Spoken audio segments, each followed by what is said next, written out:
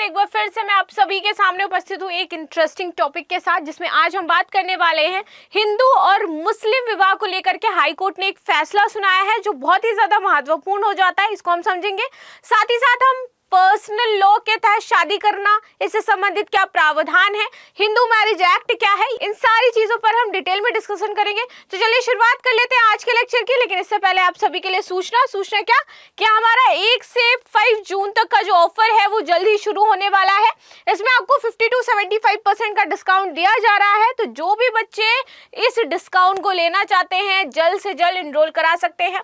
चलिए अब बात कर लेते हैं आखिर इस न्यूज की। देखिए, ये जो न्यूज है, ये जो फैसला है, ये सुनाया गया है मध्य प्रदेश हाई कोर्ट के द्वारा। और यहाँ पर एक दंपति थे जिन्होंने केस फाइल पहले एक तरीके से दायर करी थी और कहा था कि वो लोग बिना धर्म परिवर्तन किए, मामला यहाँ पर मेन पॉइंट जो हो जाता है वो ये है कि जो महिला थी वो हिंदू थी, जो पुरुष थे वो मुस्लिम थे। तो उसमें से दोनों ही कोई भी धर्म परिवर्तित नहीं करना चाहते थे, ना ही कोई कन्वर्ट होना चाह रहा था। इसी वजह से यहाँ पर ये जो फैसला है सुनाया गया और उन दोनों का कहना था कि वो दोनों ही एक दूसरे का धर्म नहीं अपनाएंगे और वो साथ ही साथ ना रिलेशनशिप, इस तरीके की लिव इन रिलेशनशिप में भी नहीं रहेंगे। उनको शादी करनी है बिना एक दूसरे का धर्म अपनाए, ठीक है। जिसमें ये कहा गया कि यदि वे इस प्रकार से शादी करते हैं तो ऑफ कोर्स जो मुस्लिम विवाह नियम है वहां तो इसको वैसे भी वैध करार नहीं दिया जाएगा। और इसी पर बात यहाँ पर कही गई है कि विवाह जो है वो मुस्लिम पर्सनल लॉ के तहत वैध नहीं होगा।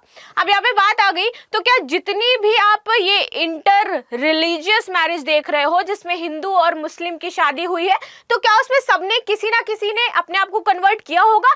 तो इट्स ट्रू। यहाँ पर जब भी शादी होती है, अगर वैध शादी की बात की जाए तो वहां पर अगर वो महिला है, हिंदू है, तो उसको मुस्लिम में कन्वर्ट होना पड़ेगा। यदि कोई पुरुष है वो किसी मुस्लिम महिला से शादी करना चाहता है तो उसको मुस्लिम धर्म को अपनाना पड़ेगा। और जो मैरिजेस इस तरह की वैध है उसमें एक पार्टनर कोई ना कोई जरूर कन्वर्ट हुआ होगा। अगर नहीं कन्वर्टेड है तो उनकी शादी वैध नहीं है, ना ही लॉ के अकॉर्डिंग और ना ही समाज के अकॉर्डिंग जो इनका लॉ कहता है। यानी कि वो सारी जो मैरिजेस हैं उनको नल एंड वॉइड कर दिया जाएगा इस बिहाफ पे, ठीक है।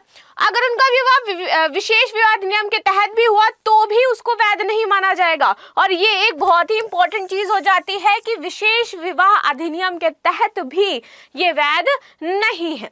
चलिए, तो यहाँ पर ये बात हो गई, आगे जा लेते हैं। तो हाई कोर्ट ने विशेष विवाह अधिनियम 1954 के तहत अंतर धार्मिक विवाह को पंजीकृत करने के लिए पुलिस सुरक्षा की मांग वाली जो याचिका थी उसको खारिज कर दिया।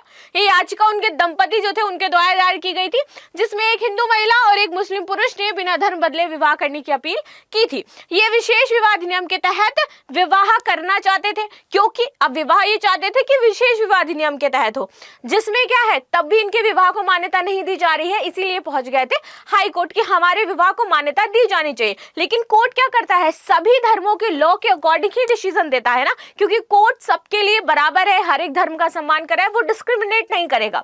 इसीलिए जब मुस्लिम पर्सनल लॉ की बात आती है तो चाहे वो विशेष विवाह अधिनियम के तहत ही विवाह क्यों ना किया गया हो, वो मुस्लिम लॉ के अकॉर्डिंग सुटेबल नहीं बैठ रहा था। इसीलिए हाई कोर्ट ने इसको खारिज कर दिया, मना कर दिया और जो विवाह था उसको भी मंजूरी नहीं प्रदान करी है। चलिए आगे बात कर लेते हैं। जो हाई कोर्ट था उसने क्या बोला, उसने कहा कि ठीक है, विशेष विवाह अधिनियम के तहत यदि आप विवाह करना चाहते हैं तो विवाह में कोई भी धार्मिक अनुष्ठान जो है वो ना करने के लिए चुनौती नहीं दी जा सकती है। इसके तहत कि यदि कोई अपना विवाह है उसमें वो किसी एक रिलीजन के तहत, वो हर एक रिलीजन का अपना एक रिचुअल होते हैं। अगर हम क्रिश्चियन मैरिज करें तो उसका एक अलग रिचुअल होगा, हिंदू मैरिज करें उसका एक अलग रिचुअल होगा, मुस्लिम मैरिज है तो अलग रिचुअल होगा। तो यहाँ पे इसे रिचुअल की बात की गई है, धार्मिक अनुष्ठान अगर नहीं किया गया है, लेकिन यह व्यक्तिगत कानून के तहत निषिद्ध माना गया है। आप इसको क्या है, चैलेंज तो नहीं कर सकते, चुनौती तो नहीं दे सकते, लेकिन यदि पर्सनल कानून की बात आती है तो इसको क्या है यहाँ पर निषिद्ध बताया गया है और ऐसा विवाह वैध नहीं माना जाएगा पर्सनल लॉ के अकॉर्डिंग। ये बात यहाँ पर कही है। आगे देखते हैं, हाईकोर्ट ने सर्वोच्च न्यायालय में इस मामले पर निष्कर्ष निकाला कि जोड़े के बीच प्रस्तावित विवाह एक अनियमित विवाह है या फिर 1% वन साइड आप कह सकते हो विवाह माना जाएगा। इस विवाह को उस तरह की जो मान्यता है, कानूनी मान्यता स्पेशली, तो नहीं दी जाएगी। ठीक है, चलिए आगे बात कर लेते हैं। एक मामला था, मामला क्या है, मोहम्मद सलीम और एलआर के माध्यम से एवं अन्य बनाम शमसुद्दीन व एलआर के मध्य से एक अन्य बनाम। ठीक है, तो ये मामला था। इस मामले में जो एक मुस्लिम पुरुष और एक हिंदू महिला के बीच जो विवाह हुआ है और उससे जो बच्चा पैदा हुआ है उसका उत्तराधिकार अधिकारों से संबंधित था। यहाँ पर बताया गया है कि जो अधिकार है, मान लीजिए ऐसा विवाह हुआ, ठीक है, जिसमें कोई भी कन्वर्ट नहीं हुआ है, कोई मामला ऐसा सामने निकल करके नहीं आया है कन्वर्टिंग से रिलेटेड, उन्होंने शादी कर ली है और उनका जो बेटा है, तो क्या वो उत्तराधिकारी बनेगा या नहीं बनेगा? उसको उत्तराधिकार जैसे मतलब विवाह के तहत उसको जितने भी प्रॉपर्टीज हैं, ये सारी चीजें हैं, दी जाएंगी या नहीं दी जाएंगी? तो ये बताया कि यहाँ पर क्या है, जो बच्चा पैदा होगा इससे रिलेटेड, तो उसको उस तरीके से वो क्या है, क्लेम नहीं कर सकता है प्रॉपर्टी को लेकर, क्योंकि उनका विवाह कानूनी नहीं है, इसलिए यहाँ पर क्लेम नहीं किया जाएगा।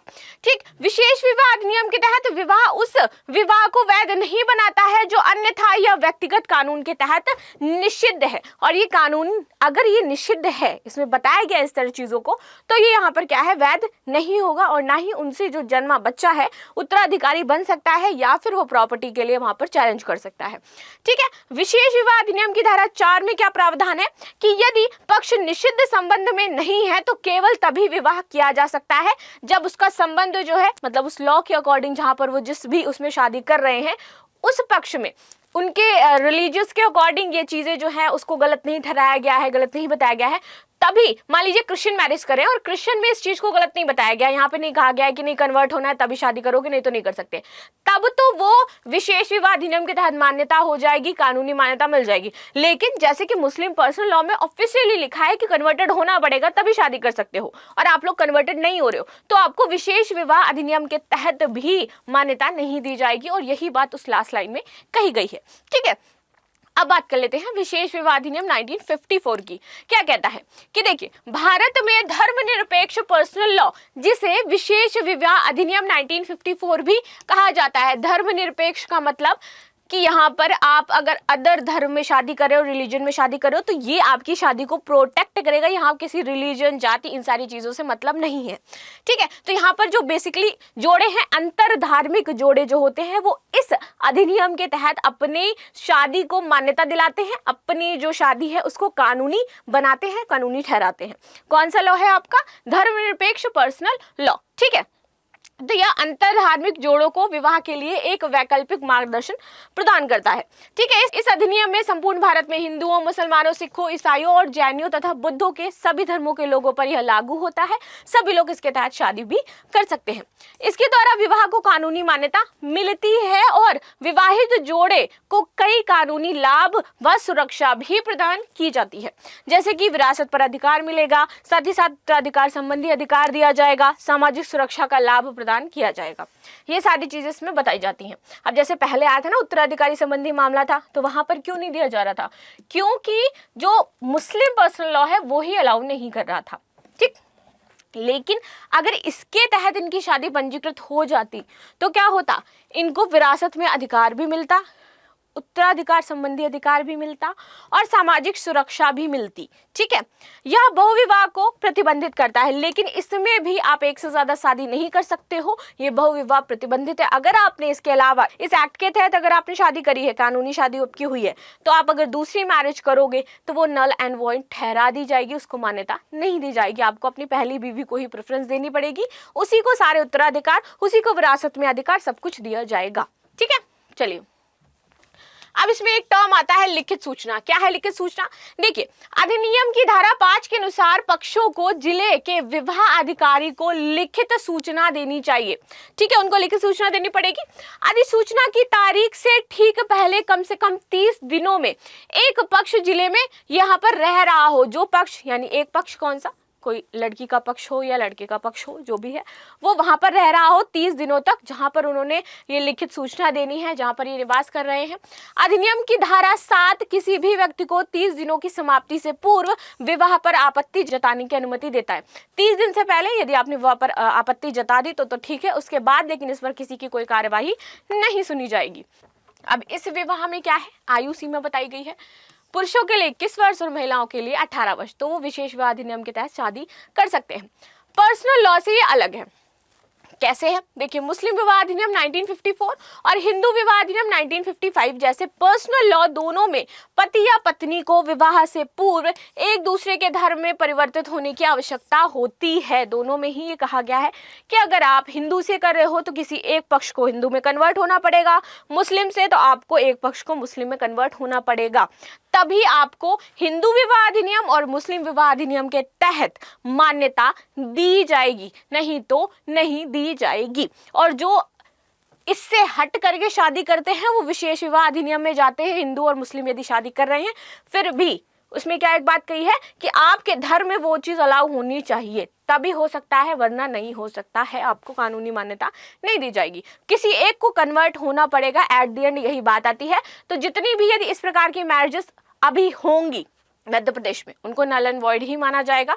उत्तराधिकार के लिए वो क्या है, वहां पर केस नहीं फाइल कर सकते हैं, चीजों विरासत में अपना अधिकार नहीं मांग सकते हैं, क्योंकि क्या हो गया, उनका जो विवाह है एक तरीके से वो कानूनी रूप से मान्य नहीं है, इसलिए। ठीक है, अंत में आ जाता है आपका क्वेश्चन, लेकिन आप एक बात बताइए कि जैसे इस तरीके के विवाह कर लिए जाते हो, कोर्ट का क्या जो डिसीजन था वो सही था इसको लेकर के कि उनको कोई भी उत्तराधिकारी, अगर उनका उत्तराधिकारी है तो उसको प्रॉपर्टी में हिस्सा नहीं दिया जाएगा, विरासत में उनको बेदखल कर दिया जा सकता है।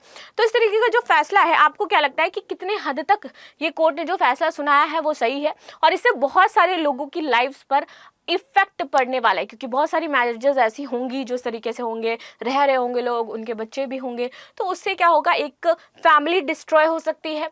कई लोग होंगे जहां पर उनके पेरेंट्स को अब मौका मिल जाएगा कि हम इस तरीके से कार्य कर सकते हैं, या फिर उनकी पर्सनली इंटरनली बहुत सारी प्रॉब्लम्स जो है वो क्रिएट हो सकती हैं। तो इसका क्या सोल्यूशन हो सकता था और क्या इसमें आगे चीज़ें होनी चाहिए, आप मुझे अपने मत ज़रूर बताइएगा। लास्ट में क्वेश्चन है, इसका आंसर भी ज़रूर दीजिएगा कि विशेष विवाह अधिनियम 1954 के संदर्भ में निम्नलिखित कथनों पर विचार कीजिए।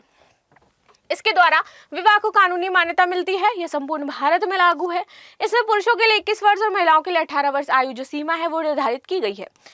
उपयुक्त में से कितने कथन सही हैं? केवल 1, केवल 2, सभी 3, कोई भी नहीं। तो आप सभी मेरे को कमेंट में जरूर बताना कि क्या सही है क्या गलत है, आंसर इसका क्या होगा। ठीक है, मिलते हैं नेक्स्ट क्लास में, तब तक के लिए धन्यवाद। लाइक शेयर सब्सक्राइब करना बिल्कुल भी ना भूलें।